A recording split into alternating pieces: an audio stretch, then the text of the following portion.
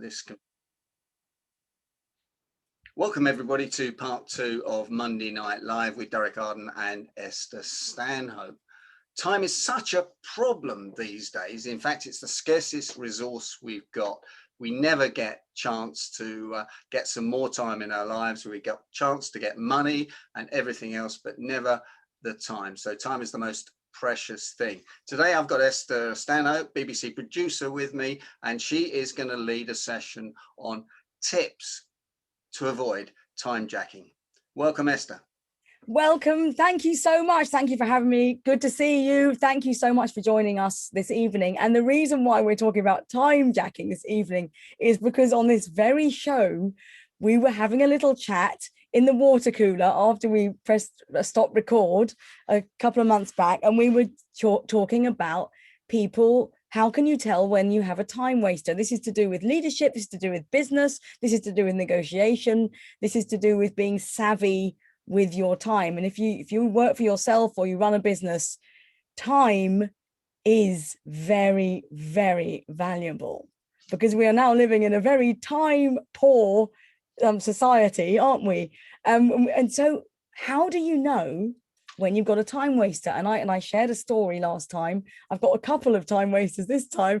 I shared a story about somebody that wanted to talk and talk. They wanted me to work with them, and it was a great client, and he wanted my ideas. And of course, I love talking, as Tim Durkin will share with you. I'm the one that needs to have decaffeinated coffee. You know, somebody wants to listen to my ideas. Great. However, health warning.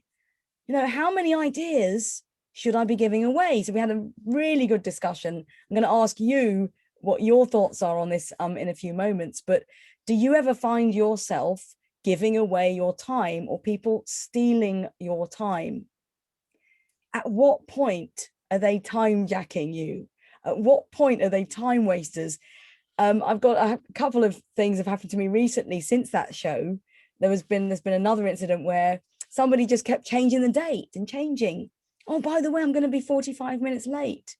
Now, I'm quite a chilled out person. Well, I think I am. But actually, is that acceptable? At the last minute, changing the time, changing the date, leaving you waiting. How valuable is your time? And how do you know when somebody is a time waster? So what I'd really like to know is, have you ever come face to face with a time waster? You don't have to name names on this live show, but how do we know? How do we spot a time waster? So before we go into our breakout rooms, Derek, do you think you know what a time waster is? How do you spot a time waster? Well, I think one of the important things is, when you're a consultant, if they're wasting too much of your time and trying to get as much information out of you as possible, is to ask for an advance. And that takes a bit of nerve, and I work with some clients and help them do that, because that's all part of the negotiation system. So when they start using up too much of your time, then clearly you need to start getting paid up front. Yes. That's it. But, so you think don't give away too much information in one call, like keep the time down to a limited time, like 30-minute call or something like that. I think 30 minutes is enough before you start asking to be paid, and see if they're prepared to pay you. Because if they're not, then unless you're getting a lot out of it yourself, it's a win-lose. Yes. So the question is, and we're going to go into short breakout rooms today, and then we're going to share our stories again and our tips. I want to leave a lot of time so we can share that afterwards. So we're going to do the drill, guys. It's networking, virtual water cooler breakout rooms again. I think we're going to use the same rooms as before, Derek. Is that right? Yep. Great. So the question is, how do you spot a time waster, and have you come across one? What's your story of Mr. or Mrs. or Ms. time waster? That's what we're going to discuss after the breakout room. 7 minutes. See you in 7 minutes. They're open. And we can pause record there. Go for it. Yep. And if have you pressed? Okay, welcome everybody back from the chat rooms and the breakout rooms, and back to you, Esther Stanhope. Thank you so much, Derek. And if you're watching a recording of this, you can press pause at any time and have a chat with the person watching, or have a chat with yourself. So we were talking about how do you spot a time waster? I need to know, because I think I'm giving away my time too willingly. So hands up. You can physically put your hands up if you want to share what you talked about in the chat. Also, please, even if you do share with your hands up, please, will you write a couple of comments in the chat, because we are going to save the chat and put some of the best quotes together and the tips. So how do you spot a time waster? Have you come face to face with a time waster? And Godfrey, I think you've got a comment, haven't you? And Chantel does as well. So we'll go to Godfrey first, then Chantel, and then Alex. Have you got a time waster story? Great. So Godfrey first. Godfrey, first of all, how was your chat room? How was your breakout room today? Yeah, it's great. And I want to jump in first and thank Jill for helping me with a problem that's occurred twice recently. Is that Jill English? Jill English. Jill, okay, everyone give Jill a round of applause, please.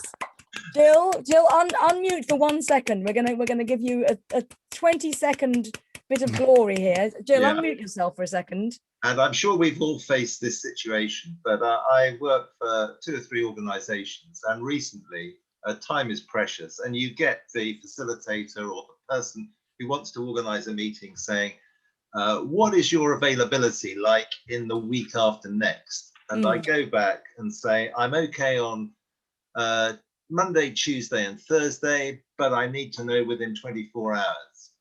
And then I never hear. And Jill, of course, said, Godfrey, you're missing the second part. Scarcity is the first part, but give a reason. And it's something as bland as, because I have 2 other valuable clients and I need to answer and get them booked in as quickly as possible, or whatever it may be. And right, so scarcity. It was a simple solution, so it's scarcity plus a reason. So Jill, a quick word from you, Jill. Do you think that's one of the best ways to get round a time waster? It was just what occurred to me, and I thought, this is Derek's show. Cialdini, scarcity, because it's got to work. Great, excellent. Thank you, Jill. That's brilliant.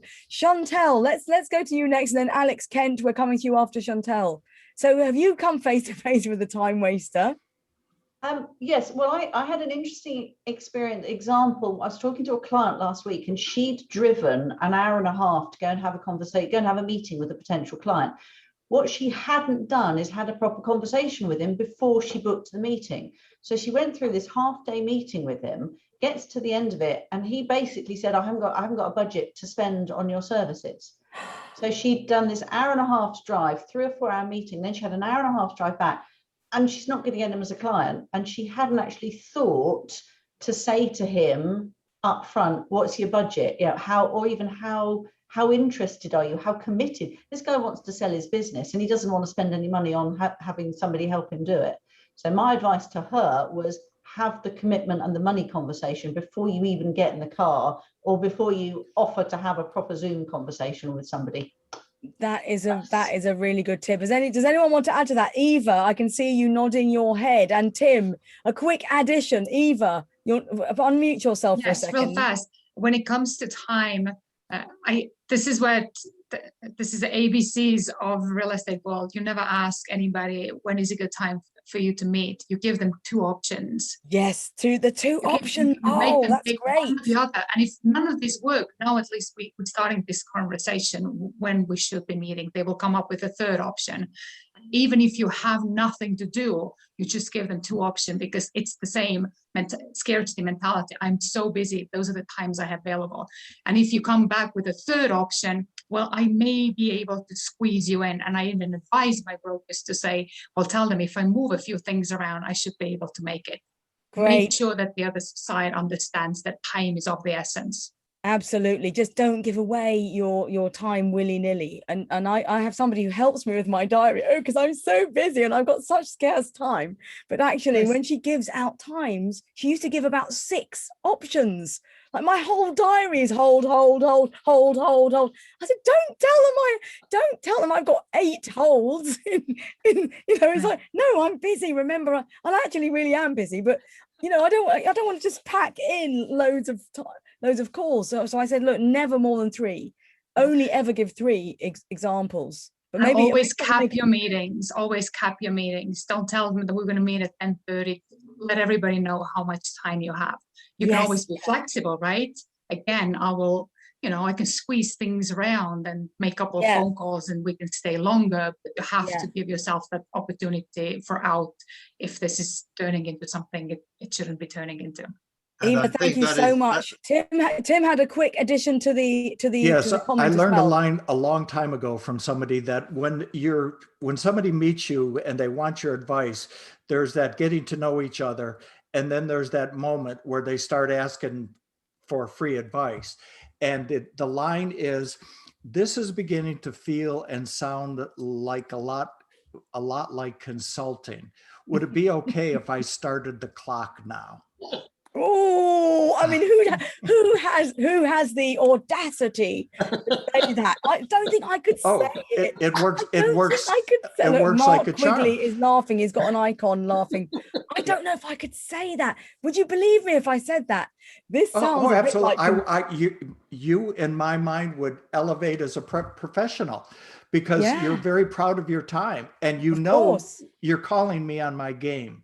Because I was trying to get some free advice, and you say this is beginning to feel a lot like consulting as opposed to relationship building. Yeah, I mean, a couple of times I've had a couple of people asking me, "Oh, can you review my videos as a kind of favor?"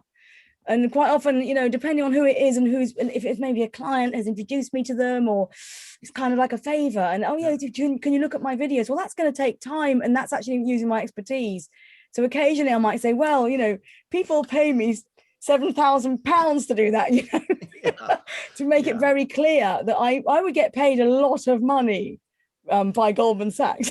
But as you are not Goldman's, but I think it's really important to show the value of what you would give away. So Alex Kent, you've been waiting patiently about the value of time and people time. Yeah, so two things. One is, again, just underscoring what you said, keep control of your own diary. Don't let other people put in there without you feeling that it's worthwhile. That's the first thing. The second thing is actually, you can spot the time wasters by the people who are not respectful with your time. So the example I gave was, I went to see somebody, about potentially hiring a venue, and we'd agreed a time. Let's say it was 10:30 a.m. I went to the venue. There was a coffee shop. I had a coffee, and it got to sort of 20 to 11, and nobody had showed up. So I went to the reception again and said, "Look, I'm meeting somebody. Can you make sure they're still coming to see me?" "Yeah, I'll pass a message on." Another 5-10 minutes goes by, nothing happens. So I went to the reception and said, "Right, look, if they don't show up in the next 2 or 3 minutes, I'm going. I'm going." And I think sometimes you have to do that. You can't let people take liberties with your time. Take liberties. It's a liberty.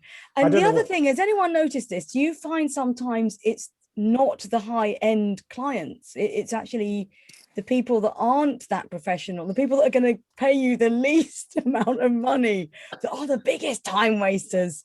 And actually the very professional people are the ones that don't squander your time. I had one client, he wanted a quick chat to do this whole leadership program. He was in LA, really busy. And we literally had like an 18-minute Zoom conversation. Then you need to talk to them. And it was like, boom, boom, boom. We want one-to-one this, one-to-one. Could you also do a masterclass? It was like one of my biggest gigs of the year. And we had an 18-minute chat.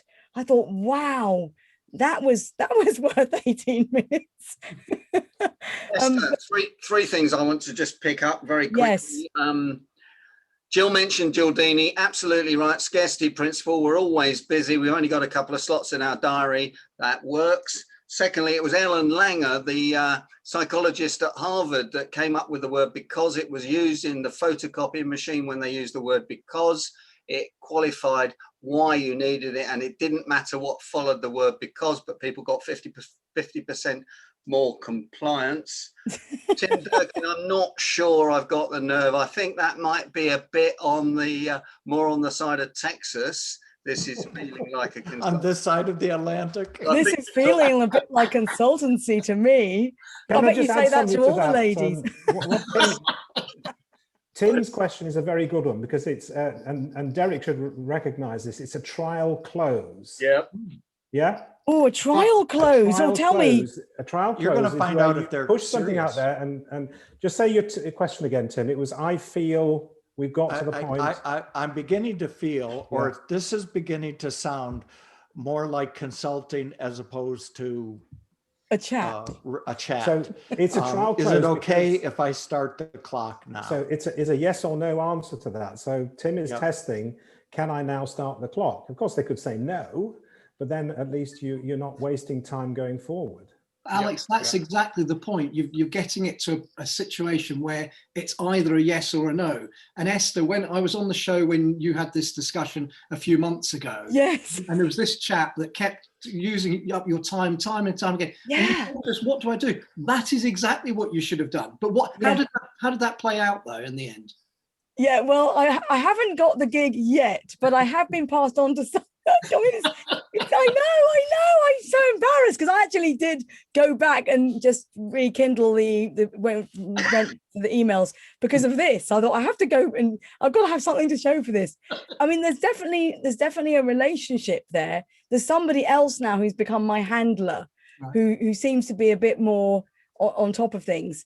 But however, it's one of those large organizations that I just don't know what to do, Mark. I mean, Esther, consider that you might benefit from some coaching here. But Esther, the point is that if the answer is now no, sad as that may be, at least you've got to the end game. Yes, but they won't say it. And maybe I should just ask a yes or no question. If you come on this show 6 months' time and you still haven't got an answer, that's the answer. Do a trial close. I love that. I like that, the trial close. But what I like is, do you think we should start the clock now? I like that, Tim. That is so sneaky. And backdate it 6 months. It's like it's beginning to feel a lot like Christmas. Shall we start the clock now? And I have a phrase, especially in business development. Please give me a no so I can go get a yes. Yes. Oh, Tim, I'm going to use that. Give me a no? I can go get a yes. Pick a card. Pick a card. You want a no or a yes? It's a fact that if you get a no, you're closer to your next yes. Correct. Yes. You are. Oh, that is so good, Tim. You know what? That's my biggest takeaway today. Give me a no so I can go and find my next yes. Yeah. I'm going to use that. Yeah. Well, I've got to say it's 6 o'clock in London time. Thank you so much for coming. Thank you, Derek, for having me again. I love doing this show and I love seeing you all, and your contributions are always top notch. And I've got so many takeaways today. I've got tapping and saying, from earlier, and then today, just now, give me a no so I can go and find my next yes. Thank you very much. Esther, thanks so much for doing that. Just one thing I wanted to pick up. It's quite brave when you decide to walk out, like Alex said. I remember traveling up to Cheshire for Barclays, and this particular client, a big retailer, was renowned for keeping people waiting as part of the negotiation or sales tactics. And we've been talking about it. Well, we're going to leave after 20 minutes. Well, guess what? After 20 minutes, they still hadn't appeared. So I'm chatting up the receptionist and saying we're going to go. And now I'm thinking, am I really going to go? It's taking 3 hours to get here and it's going to get 3 hours to get back. And I actually need to talk to them. So I didn't leave, but they did turn up. And Mark, would you record that, please? That Esther, because Esther's already agreed to come back in October or November. So I'd like you to ask her that question because I probably won't remember. I definitely will. I'm embarrassed. I'm embarrassed now because I always think that I'm quite forward, and I think that I move things, and I think I move things forward and go to next steps pretty well. But for some reason, I just can't budge. God bless you. I've got to go. Cheers. Esther, thanks for joining us. Thank you so much. Thank you so much for having me. What a great show. I look forward to the next one, Derek. Thanks, Esther. And if you're watching this on YouTube or the Negotiators podcast, don't forget to get Esther's book on Amazon, which is a great read with all sorts of tips. So thanks, Esther, and we'll catch up soon.